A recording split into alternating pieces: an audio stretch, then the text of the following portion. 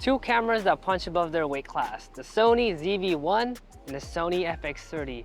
But you might be wondering, why are we even comparing both of them?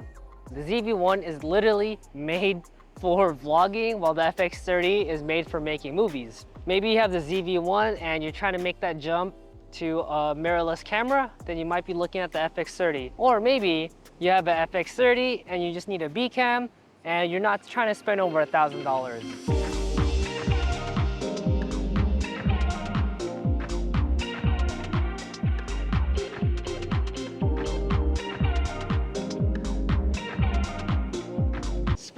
Specs. Everyone wants to know the specs. Well, this video isn't gonna go in too deep on the specifications of each camera, but if you wanna know, pause right here.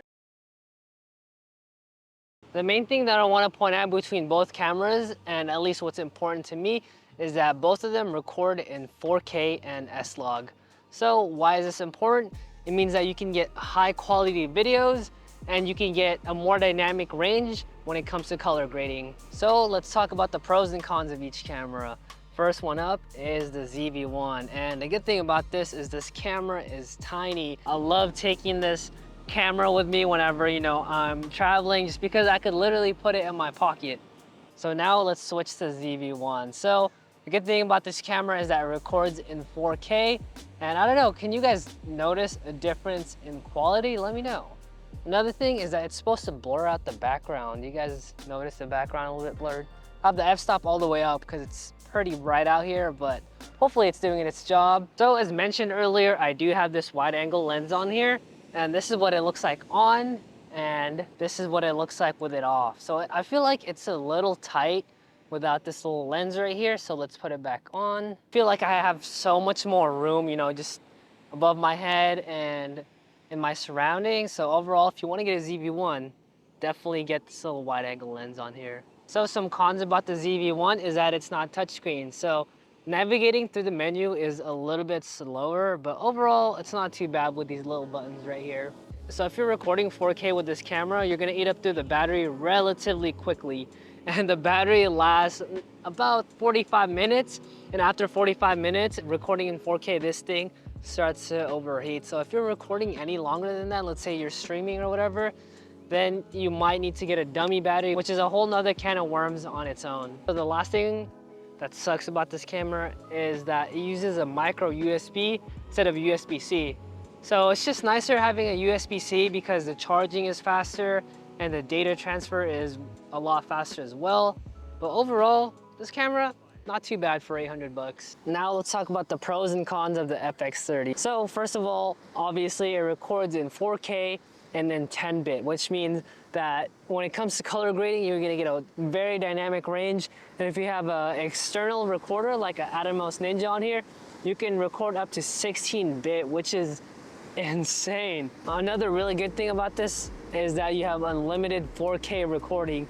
It has fans on the bottom right here and fans on the side, which means you can literally record with this forever. And as long as you have enough storage and enough battery, this thing will keep on chugging along. Another thing I really like about this camera is that it has two SD card slots on the side.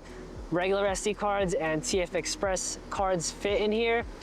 And you can really customize it as much as you want. So you can have the first slot do video, the bottom slot do photo, or you could have it record to both channels or both SD cards, I'm sorry. So that way, if one SD card corrupts on, a very expensive shoot, you'll have another SD card ready to go. So some cons about this camera. It's obviously way chunkier, and I do not like bringing this with me when I'm traveling, when I'm out in the city, just because it gets a lot more stairs. It's more just bulky. You can't really just have it in your pocket. You have to put it around your neck or put it in a backpack, which if you're comfortable with doing that, then FX30, probably a good option for you. Another con about this camera is the sensor size. Unlike its big brother, the FX3, this is a crop sensor, and a lot of people complain about it. Watch other people's review of the FX30, dude. This thing is insane. Like, for a crop sensor camera, this thing does really well in low light and just capturing color, capturing the correct image. And I'm so happy to own the FX30 and the ZV-1. They're both different tools with a different purpose in mind. So now it's time for the ultimate comparison test. So I'm gonna do some B-roll of my girlfriend in the back.